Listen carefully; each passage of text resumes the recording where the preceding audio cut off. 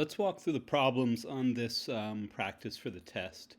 So the first problem here, you were told you'll flip 3 coins. If all the coins land heads up or all the coins land tails up, you win $10.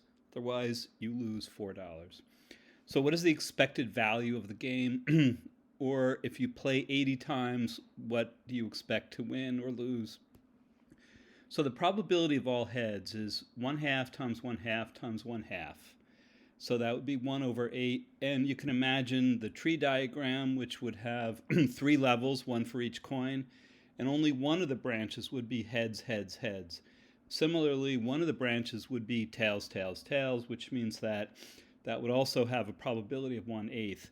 So together, 1/8 plus 1/8 gives us an overall probability of 1/4 that all 3 coins will land same side up.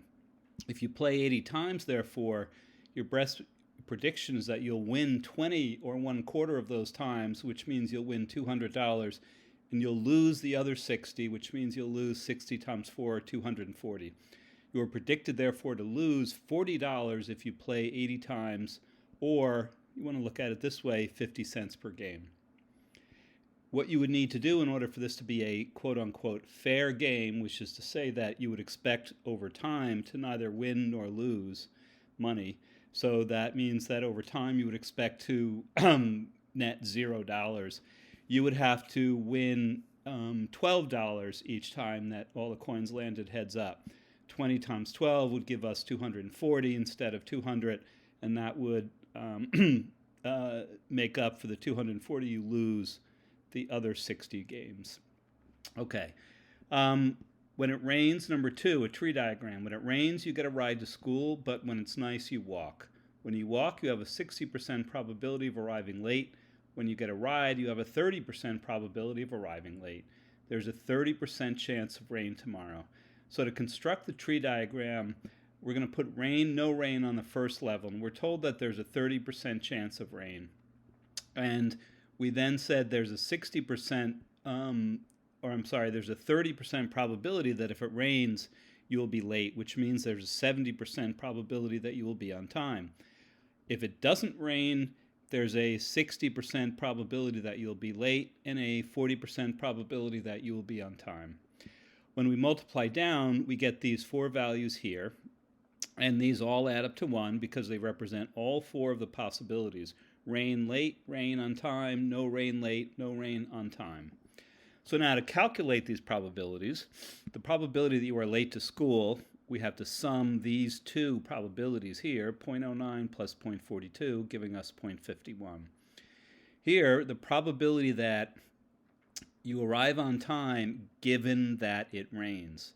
So we're saying we're looking only at the situation where it rains, and we're trying to figure out what's the probability that you will arrive on time. And that is really just this conditional probability right here, the 0.7.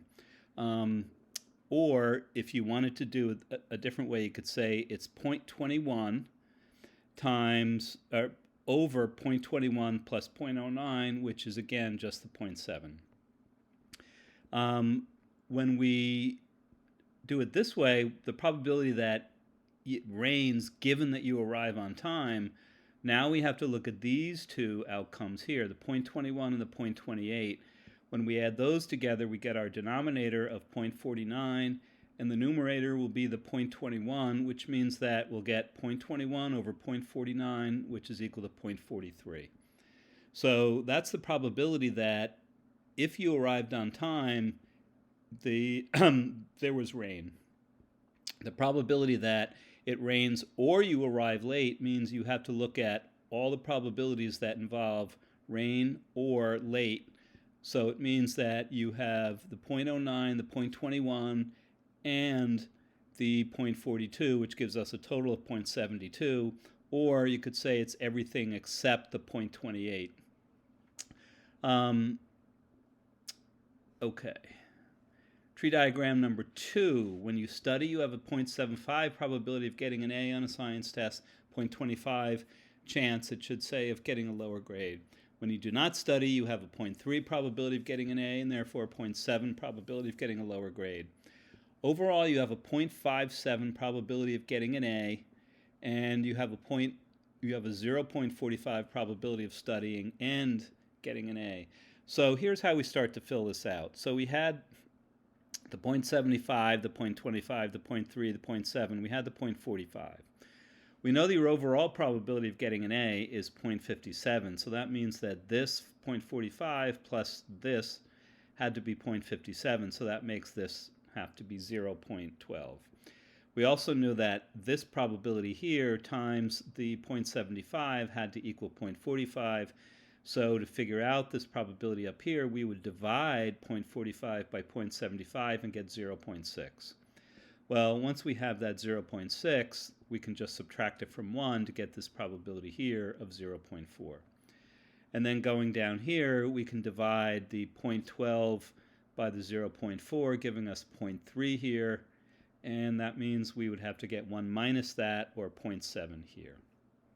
So now for these probabilities, the probability that given that you got an A, you studied, well, that would be of the two probabilities where you got an A, 0.45 plus 0.12, that would be your denominator, numerator 0.45, so that means that it's 0.79.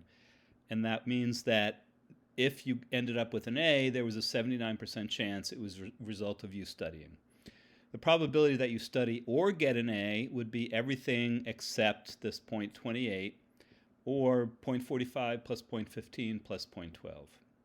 The probability that you do not study and do not get an A is this probability down here, 0.04 times 0.7, the 0.28. Now, again, when you're figuring out the probabilities with ands, you're multiplying these two probabilities together.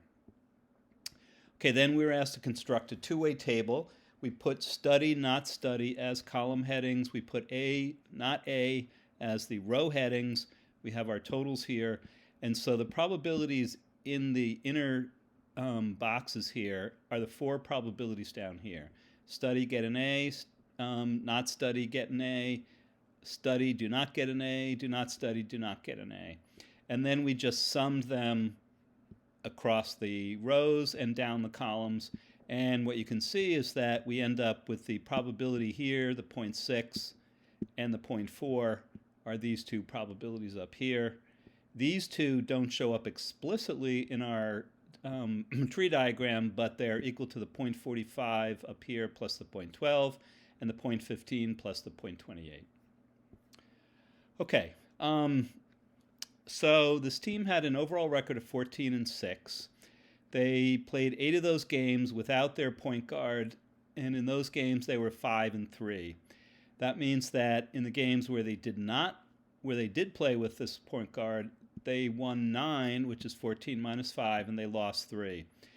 And so the question, are the events winning and losing and playing with or without Courtney independent or dependent? That means, in other words, do they have an influence on each other? Does the playing with Courtney have an influence on whether or not you win?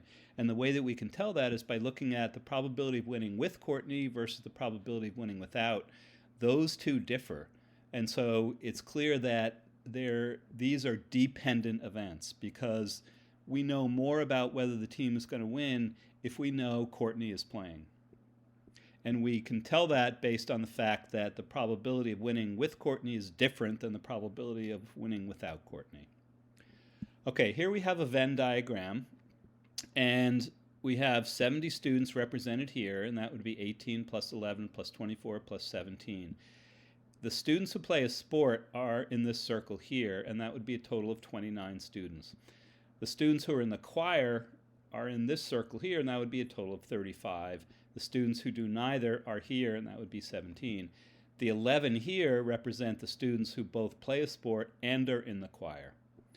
So we can answer these questions. How many students play a school sport? It would be 18 plus 11, or 29. How many students play a school sport or are a member of the school choir? Would be the three numbers here summed, 18 plus 11 plus 24, which would give us 53. Everybody out of the 70 except for these 17. How many students play a sport and are a member of the school choir? That would be just the overlap here, or the 11. How many students are not a member of the school choir would be everybody outside the choir circle, and that would be the 35 students. And let's see. So that's actually what that should say. That should say 35, not 46. And then for E, name 2 ways to determine how many students play a sport. We could either add these 2 together, or we could add these 2 together and subtract from 70. Both of those would give us the same value of 29. And then a 2-way table here, the inquire and play sport would be the overlap. Inquire but not play sport would be these 24 people here. Play a sport but not inquire would be these 18 people here, and the neither would be these 17 people here. And so then we get a sum of all who play the sport, all who do not play the sport, all who are in the choir, all who are not in the choir. Okay. The sample space is the list of possible outcomes for a given set of events. So when we roll 2 dice and find the sum, the only possible outcomes are 2, 3, up through 12. And these are not equally probable because there are many more ways to roll a 7 than there are to roll a 2 or a 12. There's only one way to get a 2, one way to get a 12, and there are 6 ways to get a 7. So they don't all have the same probability. Flipping 3 coins and counting how many of the coins land heads up. The different outcomes for that would be 3 heads, 2 heads, 1 head, 0. Notice we did not say, what are the outcomes of how all 3 coins landed. We just said count the number of heads. So the only possible outcomes are 3, 2, 1, 0, and these are not all equally probable. There's only one way to get 3 heads, but there are 3 ways to get 2 heads or 1 head, and there's only one way to get 0 heads. So the 0 heads and 3 heads are more unlikely to happen than 2 heads or 1 head. Okie dokie, and we are done.